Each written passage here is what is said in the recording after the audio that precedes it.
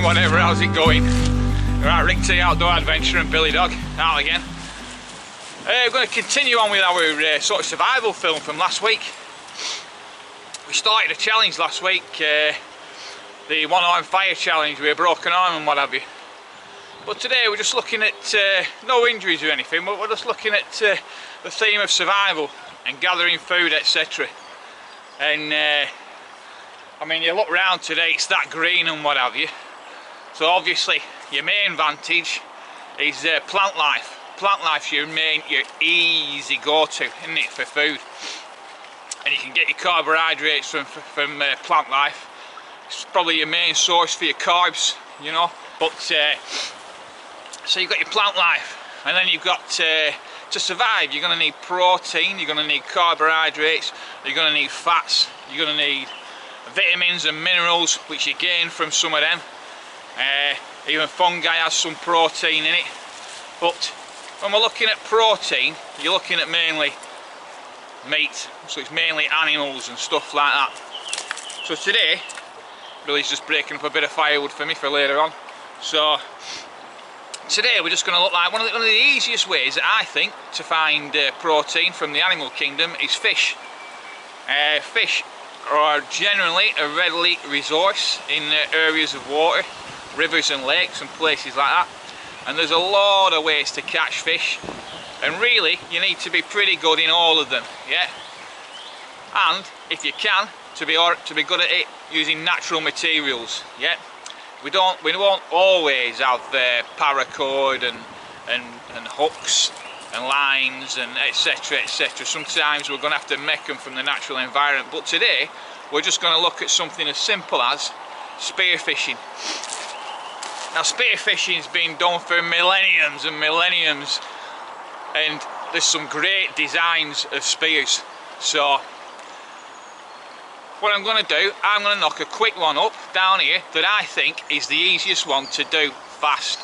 I mean, obviously your real easy one is just sharpen the point on a stick and you've got a spear. So if you was travelling somewhere in a survival situation and you stuck and you saw some fish in the water there and there was a load of good branches, you're going to sharpen one as fast as you can if you've got a knife on you. Yeah, if you haven't, just break it and try and get a jagged edge as you break it or whatever, and you're still going to try it, aren't you? But if you've got a knife, and I've got a belt knife on me today, got my belt knife there if you can see it, yeah. So I'm alright, I'm at an advantage, I've got a knife. So, but like I say, that's your easiest one, it's just shortening a stick, bang.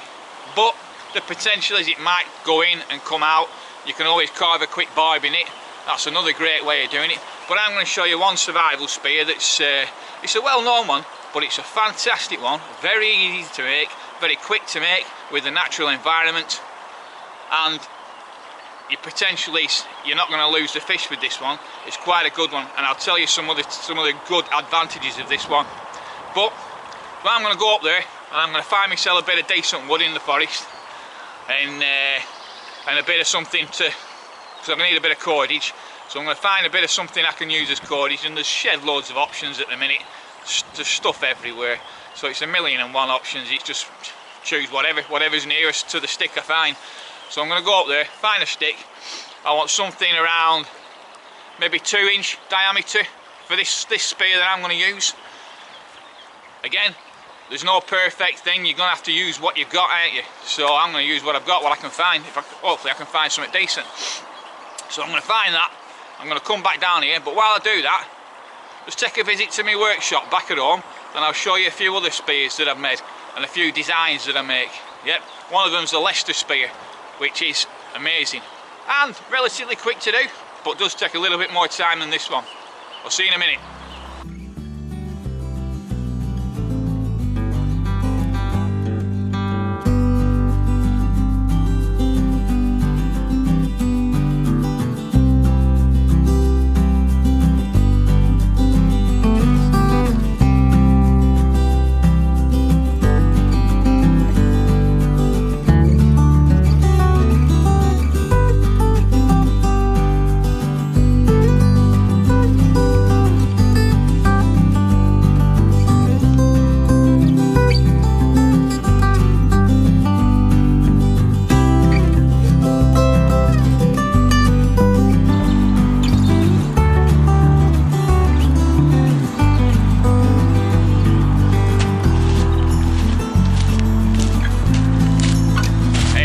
here, I found an absolute beauty.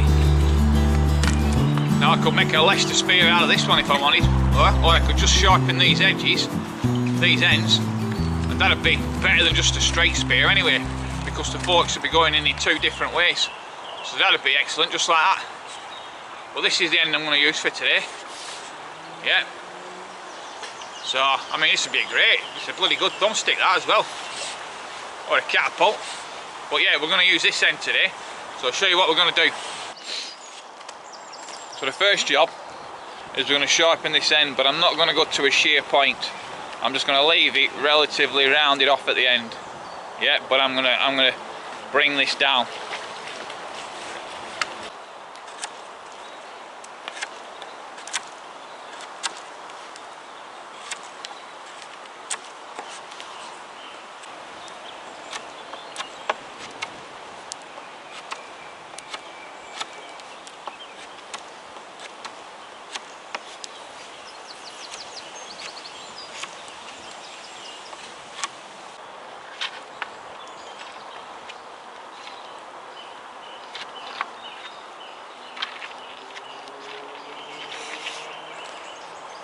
Now that's going to do me today. I still want that end pretty round.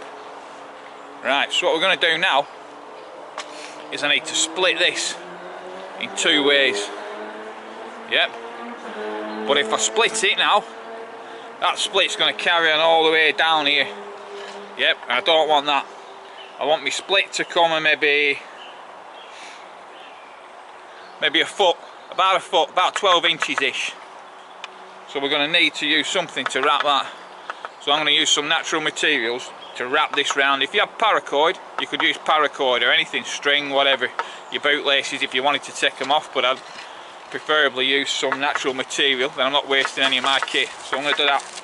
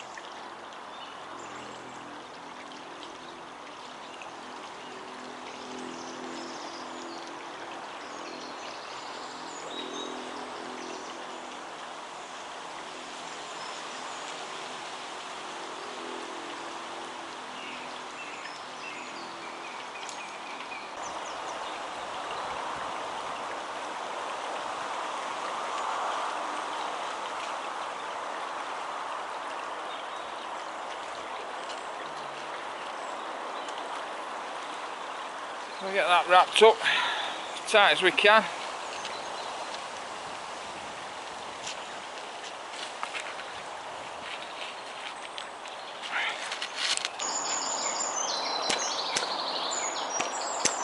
Right. So we've got it moving down now, got it splitting down.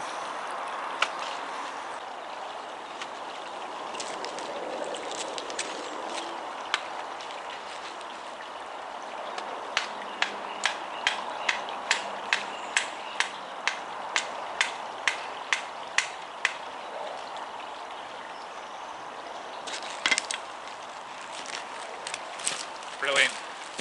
So now we've got the 4 splits. So I need to keep them, open them up. So what we need is a small stick, about that long, maybe 10mm diameter, something like that. We'll put that in. You can see how it's stopped the split here, it's not gone any further because of that wrapping.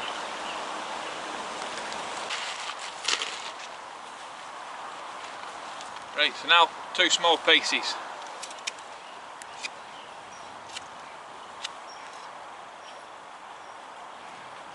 A couple of inches long.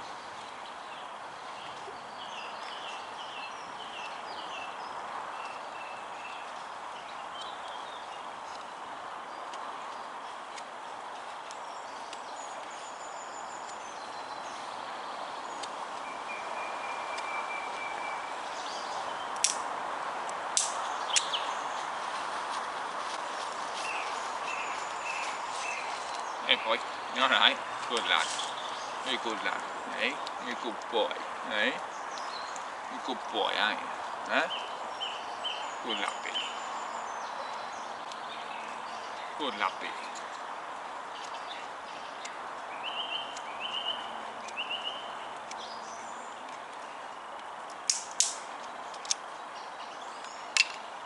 Two pieces.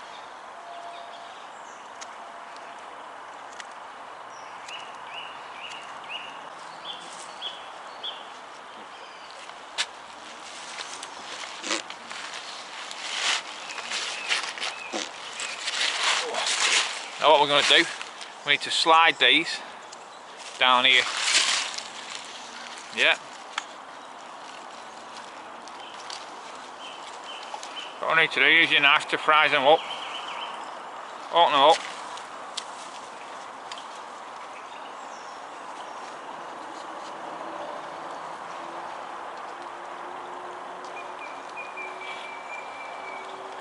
Now we've got it going.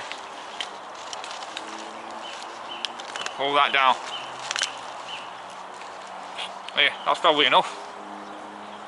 Next one.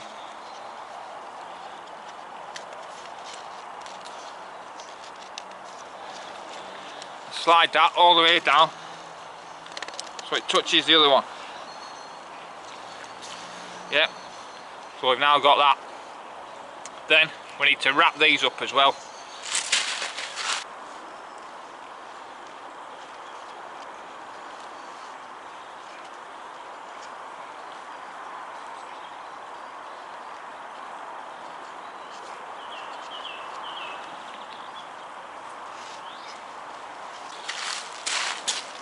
There we are.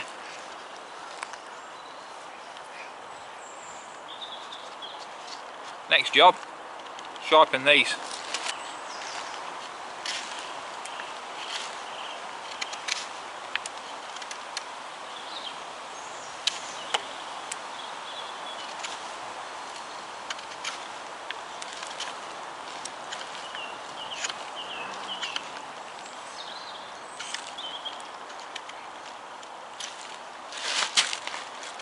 So it's a bit fiddly, sharpening these ones.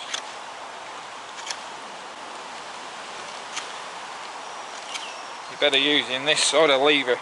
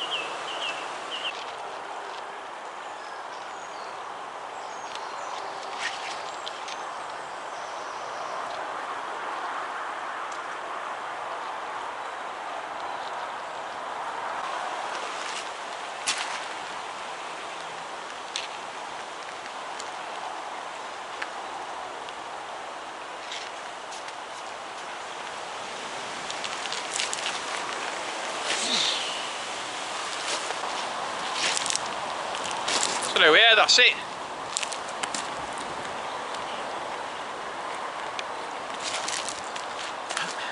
So there we are. A survival spear. I'm pretty quick, all in natural materials. Probably took me half an hour-ish, I reckon, something like that. So it's worth doing than just sharpening one stick. So, and the benefits of this are you've got 4 prongs, so you can make these in different sizes as well, you know. you can spread them out a bit further. Could have knocked these twigs down a little bit further and spread it out a bit more, but for this sort of river, these are about right. So, like I say, your benefits are you've got a wider area to catch in. Yep. Also, if you're going for smallish ones, which you're looking at probably a pound max in here, maximum, they're not even that really. So, and you don't quite get them with the points, they'll stick inside here, so you can get them stuck like that, yeah, or through that way or whatever way, yeah. So you've got all these things that you can get them stuck in, yeah. Same with eels. If you get an eel and you can wedge that in there, yep, you've got a chance of getting them up on the bank. So, yeah, great little spear, and I think that is my go-to spear for spear fishing as a rule. I mean, see, sharpen them ends and Bob's your uncle, you've got another one there. But spot on, yeah. And also at night you can stick it in ground and put your bit of fungus in top of there, smouldering, and keep the midges away and the insects. So, and then if you get time, if you've got the chance to light a fire, you've got the potential, you know, you've got the skills and the equipment to light a fire, get yourself a fire lit, and if you're going to keep it and carry it with you, harden these in the fire. Yeah, I prefer to put them in the embers and harden them, but you can still harden them in the flames. Just get rid of the moisture out of them and it'll make them that little bit stronger, yeah. If you manage to break them off, just pull this down here a bit more, undo it, bring it down here, split them back down, shorten them again, and you've still got your stick, you know. I like about 6 foot longish, yeah. These are generally made to jab into the fish, yeah, that are close quarters. Yeah, it doesn't matter if you have to throw it a little bit, the fish will generally float to the surface when it's been killed, and they're wood, so these will float to the surface, they'll bring it to the surface. Yep, you can fashion a lanyard on the end if you wanted to, yep, and then pull it back in.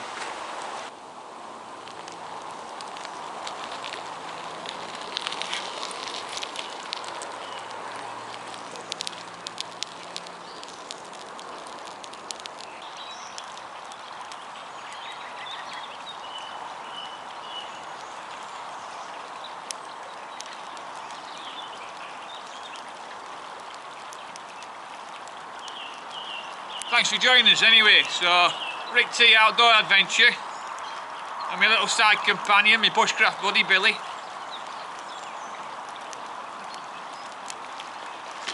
Thanks for joining us on this little trip out and making of a spear. So, hope it's been of some use to you. And he said up there in the knowledge banks just in case. But try it, it's a great little project anyway. Even just for knife skills and getting used to using your knife in different ways. But yeah, definitely my go-to spear. So look after yourselves anyway, and we'll catch you again real soon. See you later.